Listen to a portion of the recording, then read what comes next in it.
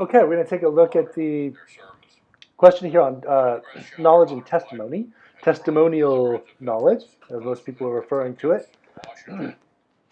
So the way I've kind of framed this, I'm asking you to kind of jump right into Elizabeth Fricker's paper, Against Gullibility. We went over that.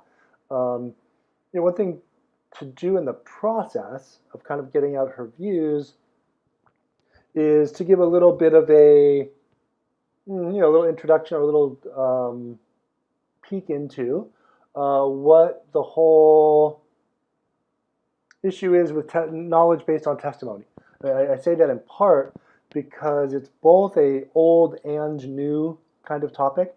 I mean, obviously, looking at knowledge and the basis of knowledge and the conditions for knowledge, whether we have any, is not new. Descartes, of course, is doing that. Plato's been doing that.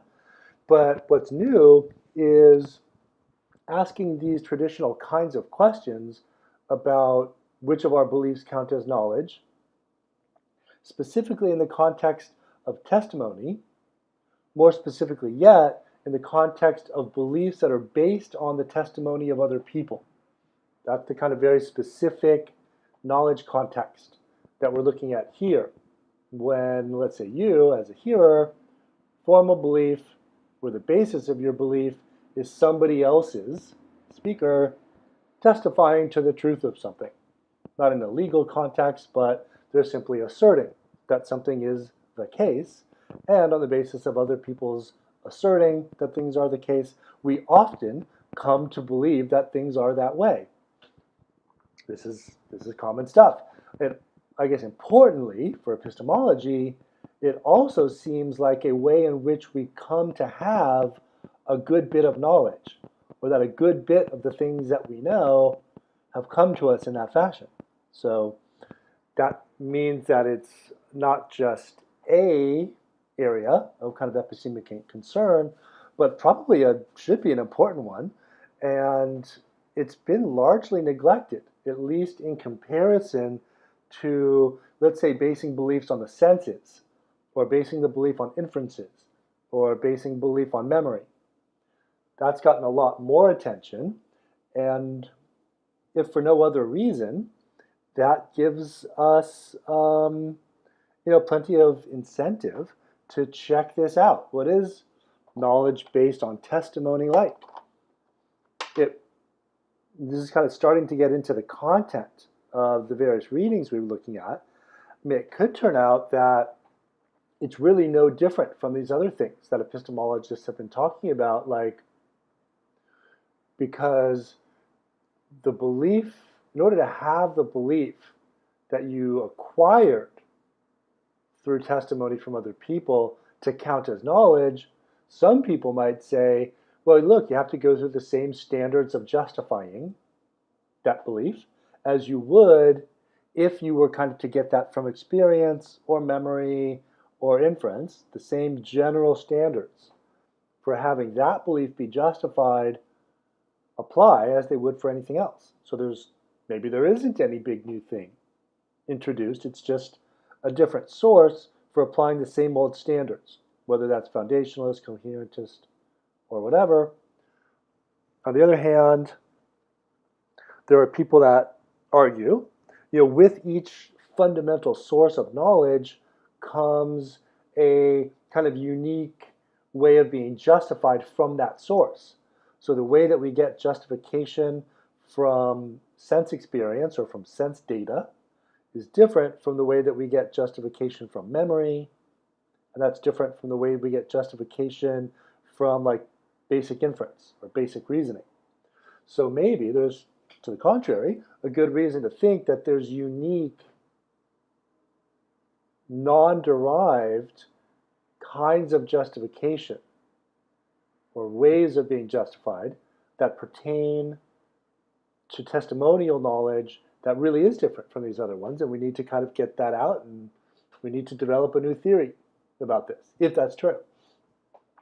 So what I've really just defined there is this difference between reductionism and non-reductionism about testimonial knowledge, testimonial justification.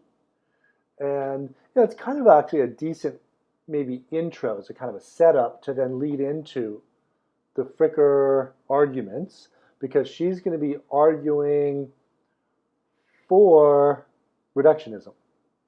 She wants to be a reductionist. Otherwise, we run into the worry of promoting gullibility if we're non-reductionists. At least that's what it seems like. So you can see there might be some kind of reasons just at the outset for either being a reductionist or non-reductionist, and then you can kind of lay that out as kind of setting up a little tension, a little kind of dialectic that we're going to investigate. Does it turn out to be the reductionist or non-reductionist? So then you can just get it right into selected arguments from Fricker that would explain kind of best her non-reductionist arguments, or her arguments against non-reductionism, for reductionism. Then now introduce some view of at least one other person's views on testimonial knowledge that we've looked at. So that would include either Baker, who does appear to be a non-reductionist because she goes for trust. So to that extent seems to be contra Fricker. Tyler Burge, we didn't read his carefully, but he also is a non-reductionist since he thinks we get a kind of a priori warrant that comes with testimony, and for that reason we don't need the separate independent justification because of what he calls this kind of special a priori warrant. A warrant is a little different from a justification, but he develops that in a kind of non-reductionist kind of way. So Jennifer Lackey, she doesn't really side one way or the other with the reductionist or non-reductionist because she argues that her point is independent of that question, but she does argue that you don't need to have knowledge in order to give knowledge to other people. And for that reason, we might enter that into this whole reductionism, non-reductionism question as maybe a little less obvious than it's kind of a clear agreement or disagreement. But you can enter in that. And to be honest, you could also kind of enter Miranda Fricker, it's Elizabeth Fricker's sister, her perspective on these things because it brings in a justice perspective. But let me say this, just kind of limited to one. I want you to play off Elizabeth Fricker's views against one other kind of core alternative so that you can have a nice focused investigation of some specific issues that come out from comparing these two. That might be different from what comes out to comparing other two, but I'm not looking for you to cover everything. Actually, I'm looking for you to not do that so that you can give a nice close look at something. So here you need to be kind of like sectioning off what's the kind of specific thing that we're going to kind of, that you are going to make the focus of your essay as the kind of subset of issues that matter for you here. So kind of differences there. What differences arise? So there, yeah, at the end of the day, you should have drawn up some kind of contrasting ways that we can address this general issue of knowledge based on testimony. And at the end, I just want you to be making an argument that one or other of these ways of approaching testimonial knowledge is the more promising, more fruitful, more adequate one. And maybe that just comes from some kind of fundamental defect facing one of the other ways that kind of indirectly speaks in favor of this way.